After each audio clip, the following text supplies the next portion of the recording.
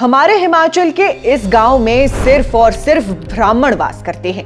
यहाँ ना तो शराब चलती है और ना ही कोई मांस खाता है। यहाँ तक कि गुटखा, भांग, बीड़ी जैसे हर तरह के नशे इस गांव में पूरी तरह से बैन हैं। और इस गांव में रहने वाले ब्राह्मण एक पूरी रियासत के राजपुरोहित हैं, जिनके पास ज्योतिष गणना के लिए अपनी खुद की लिपि है और इस लिपि में लिखे गए हैं कई सारे मंत्र और शास्त्र। इसलिए हिमाचलियत के इस अंक में हम आज बात करेंगे सिरमौर जिला में पड़ते खड़कां गांव और वहां रहने वाले पाबूची ब्राह्मणों की, जो कश्मीर से हिमाचल आए थे और फिर सदा के लिए यहीं के होकर रह गए।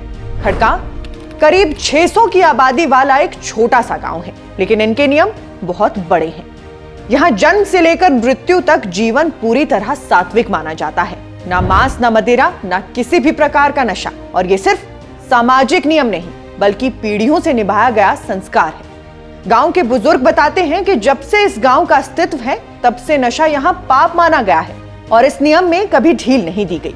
गिरिपार क्षेत्र में हर साल जनवरी के महीने में जब माघी का पर्व आता है और आसपास की पंचायतों में पशु बलि की परंपरा निभाई जाती है, तब खड़कां के लोग उन गांव से पूरी तरह दूरी बना लेते हैं। ना रिश्तेदारी निभाई जाती है, ना भोजन के निमंत्रण स्वीकार होते हैं और जहां मांस पकता है वहां खड़कां के लोग कदम तक नहीं रखते।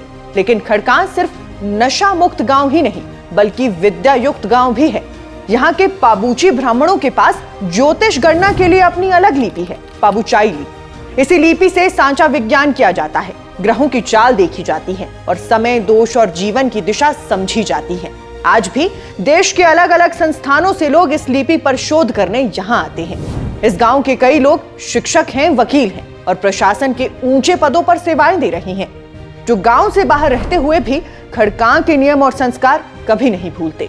यही वजह है कि खड़कां आज भी हिमाचल में अपनी एक अलग पहचान रखता है, अपने नियमों के साथ, अपनी विद्या के साथ और अपनी पीढ़ियों पुरानी मर्यादा के साथ।